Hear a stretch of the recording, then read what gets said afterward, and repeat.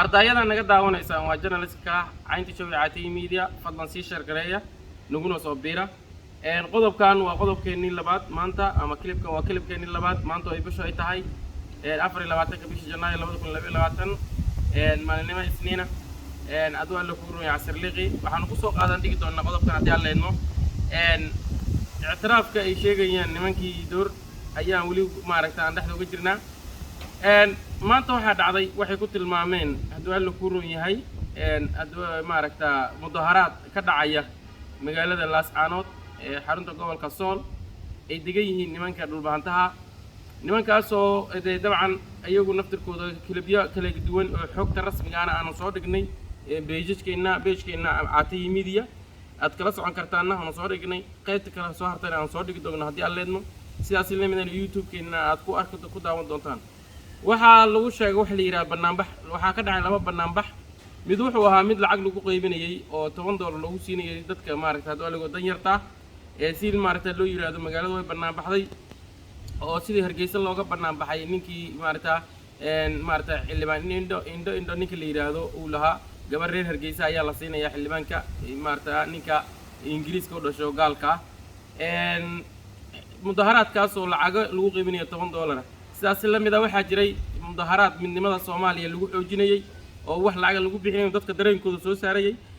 ay muujinayeen maarta midnimo qaran maadaama dadkaas ay yihiin dadkii gobonimada Soomaaliya maarta halbowlaha u ahaa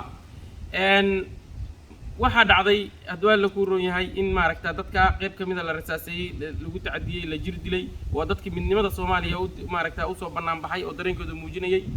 sidaas la midana kuwii lacagaha loo qaybinayo aan soo tusno page-kana soo dhigno aad ku arki kartaa caatay media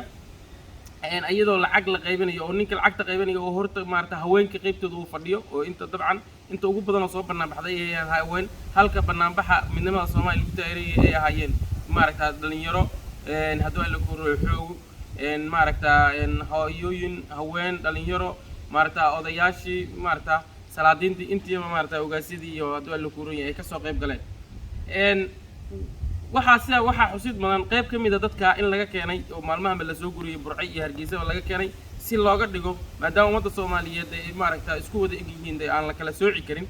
si looga dhigo maaragta dadkii laas caanood oo banaan baxaya ayagoo dadkaas aan la aqoon maadaama meel lagu qarinayo gurina la seexinayo kadibna maaragta la bixinayo waxa intaas oo fududeynayay horgalada dhulbahante ee meeshaas jooga